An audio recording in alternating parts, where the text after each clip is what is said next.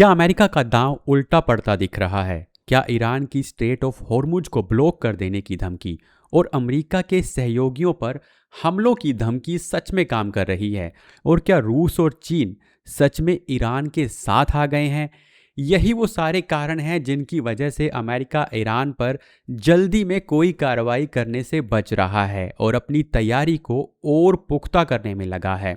तो इस वीडियो में हम देखेंगे कि ईरान की अमेरिका के खिलाफ तैयारी कैसी है, जिससे अमेरिका को ईरान पर हमला करने से पहले सोचना पड़ रहा है।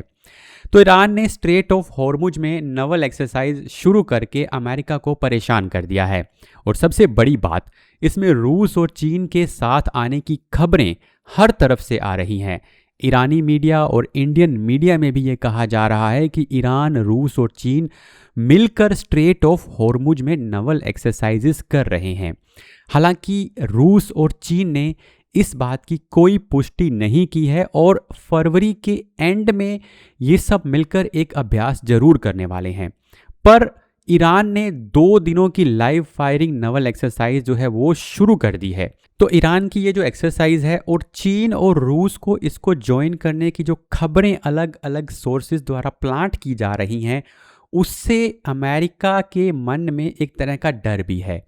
हिंदुस्तान टाइम्स की इस रिपोर्ट के हिसाब से अमेरिका ने ईरान को वार्निंग दी है कि वो कुछ भी ऐसा ना करे जिससे यूएस फोर्सेस, रीजनल पार्टनर्स और कमर्शियल वेसल्स के साथ उसका टकराव हो। यानी कि ईरान की जो नवल एक्सरसाइज है उससे अमेरिका एक तरह से घबरा गया है। ईरान के ड्रोन्स भी अमेरिका के जहाज़ों के आसपास मंडरा रहे हैं और हो सकता है कि एक्सरसाइज की आड़ में वो अमेरिका की निगरानी भी कर रहे हों। अगर ईरान एक्सरसाइज करते करते अब्राहम लिंकन या फिर उसके जो डिस्ट्रॉयर्स हैं उनमें से किसी को निशाना बना लेता है तो अमेरिका के लिए ये बहुत बड़ा झटका होगा। अमेरिका के विदेश मंत्री तो यहाँ तक कह रहे हैं कि स्थिति ऐसी है कि कहीं ईरान ही उन पर हमला ना कर दे। तो अमेरिका ईरान की धमकियों से भी डरा हुआ है और अरब में अपने सहयोगियों के लिए उसने एयर डिफेंस सिस्टम भी एक्टिवेट कर दिए हैं। अमेरिका ने ईरान के पास बहरीन, इराक, कुवैत, सीरिया और यूएई में अपने बेसिस बना रखे हैं, जहां अमेरिका के बहुत से सैनिक तैनात हैं और ईरान इन सभी पर हमला कर सकता है। ईरान की बैलिस्टिक मिसाइलों की रेंज इनमें से हर किसी तक है। हालांकि अमेरिका और इजराइल के पास सबसे पावरफुल एयर डिफेंस सिस्टम हैं, लेकिन ईरान के पास मिसाइलों का भंडार है और ये कहा जा रहा है कि अगर सैकड़ों मिसाइलें इकट्ठी छोड़ी जाएं तो कुछ ना कुछ जरूर टारगेट को हिट कर जाती हैं और कोई भी डिफेंस सिस्टम इतना सक्षम नहीं होता कि वो हर मिसाइल को रोक सके, और यही ईरान की ताकत को बढ़ाता है। अब हम आपको बताते हैं कि ईरान के पास ऐसी कौन कौन सी मिसाइलें हैं जिनसे अमेरिका को डर है। देखिए, ईरान के पास फतेह 110 जिसकी रेंज 200 से 300 किलोमीटर है। ये शॉर्ट रेंज है लेकिन काफ़ी सटीक है, सैन्य बेस और इंफ्रास्ट्रक्चर पर हमला कर सकती है। फतेह 313 इसकी रेंज 500 किलोमीटर है, ज़्यादातर जो खाड़ी के देश हैं वहाँ तक ये पहुँच सकता है। इसके बाद आता है जुल्फ़ाकार, ये इसकी जो रेंज है वो 700 किलोमीटर है। ये मिसाइल जो है युद्ध में इस्तेमाल हो चुकी है और इराक में मौजूद अमेरिकी ठिकानों तक पहुंच सकती है। ये सभी की सभी रोड मोबाइल हैं, यानी छिपाकर जल्दी लॉन्च की जा सकती हैं। इसके बाद आता है क्वेम 1, ये इंटरसेप्शन के लिए बहुत बड़ा सिरदर्द है। इसकी रेंज 700 से 800 किलोमीटर है।